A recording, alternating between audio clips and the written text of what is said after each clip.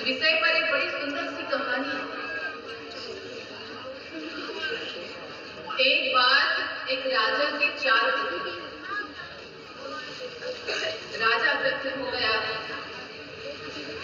उसने अपने 4 पुत्रों को अपने पास बुलाया और बोला कि मैं आप चारों में से अपना उत्तराधिकारी घोषित करना चाहता हूँ।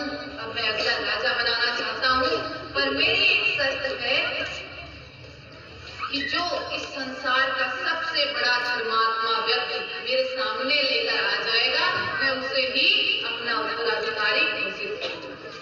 वही इस राज्य का राजा बना।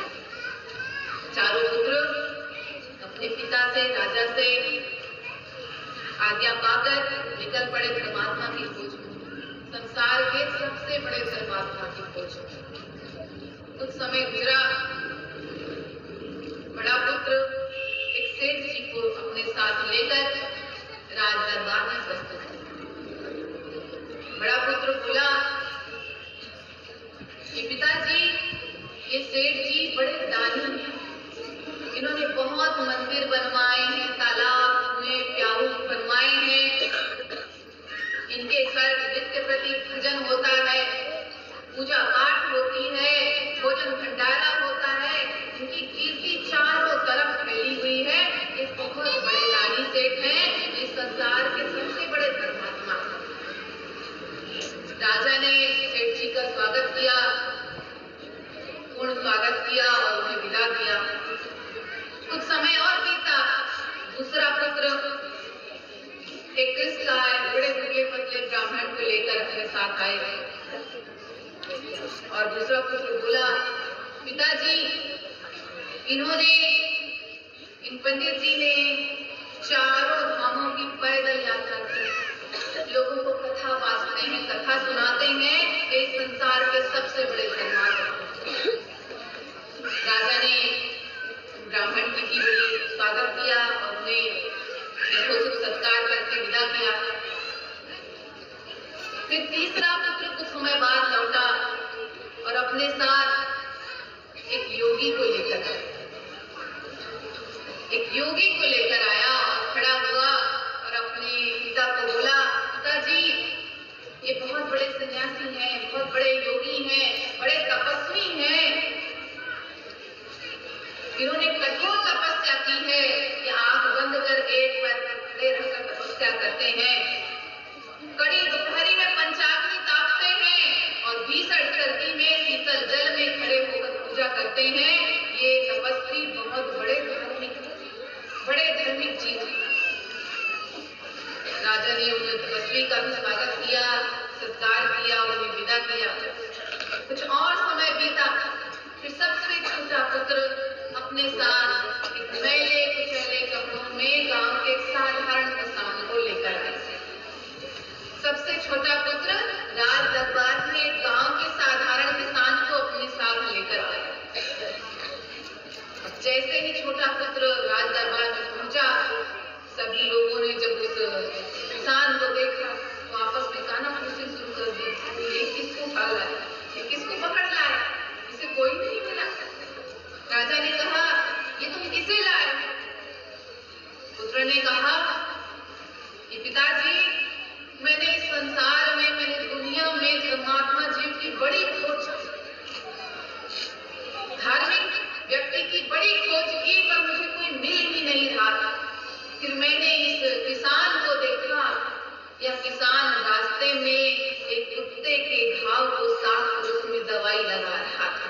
मुझे यह देखकर बड़ा आनंद आया, बड़ी सुख हुआ और मैं इन्हें अपने साथ ले आया। अब जो पूछना है उनसे ही पूछ। राजा ने कहा, धर्म के बारे में तुम क्या जानते हो? राजा ने किसान से पूछा कि धर्म के बारे में तुम क्या जानते हो?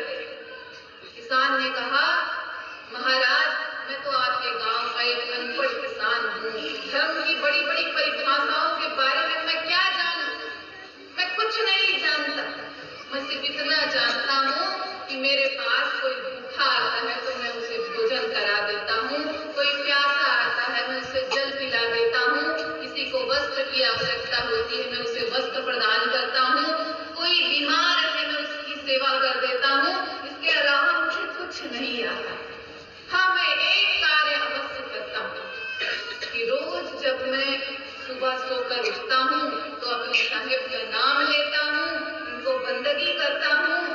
अपने काम में लग जाता।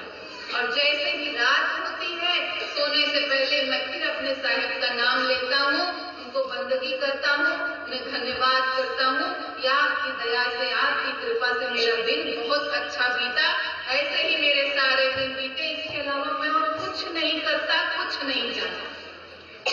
राजा ने क्या किया? अपने छोटे पुत्र को अपना उत्तराधिकारी राजा घोषित किया और क्या कहा कि यही तो है सच्चा धर्म।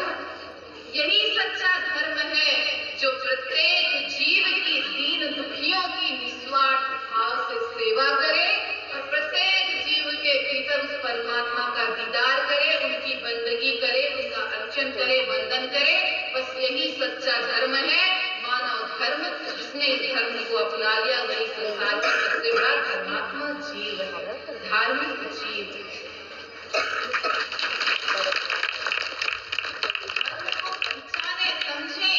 मानव धर्म, और मानव धर्म तो यही कहता है सबके भीतर उस परमात्मा का दीदार करो और सभी जीव से प्यार करो, सबकी सेवा करो, सबकी सहायता करो। तो साहेब बंदगी कहना यही भाव परिलक्षित करता है, यही भाव दिखाता है कि साहेब सबके भीतर है, सबसे प्रेमी।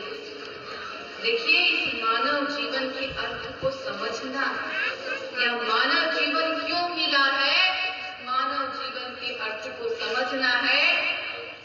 साहेब कहते हैं, चेत सवेरे बावरे फिर पाछे पछताए, जाना तुझको दूर है कहे कबीर जगह। जैसे घरों में देखिए, दूर जाना होता है, लंबा सफर तय करना है, तो घर के बड़े क्या कहते हैं, सुबह जल्दी जाग जाना, सुबह जल्दी उठ जाना, समय से निकल जाना ताकि समय से वापस आ जाए। लंबा सफर है, दूर जाना है, सुबह समय से जाना, तभी समय पर कार्य करें। तो हमारे साहेब हमें यही समझा रहे हैं कि 84 लाख योनियों की भटकन के पश्चात, इतना दुख झेलने के पश्चात अब ये मानव जीवन रूपी सवेरा हुआ है और तेरा उद्देश्य तुझसे बहुत दूर है। इस माया ने रास्ते में भ्रम भ्रांतियां विकट फैला रखी हैं, इतने रोड़े, इतनी अटकन फैला रखी है कि पहुंचने में समय लगेगा। पर समय पर पहुंचना, सही समय पर पहुंचना है।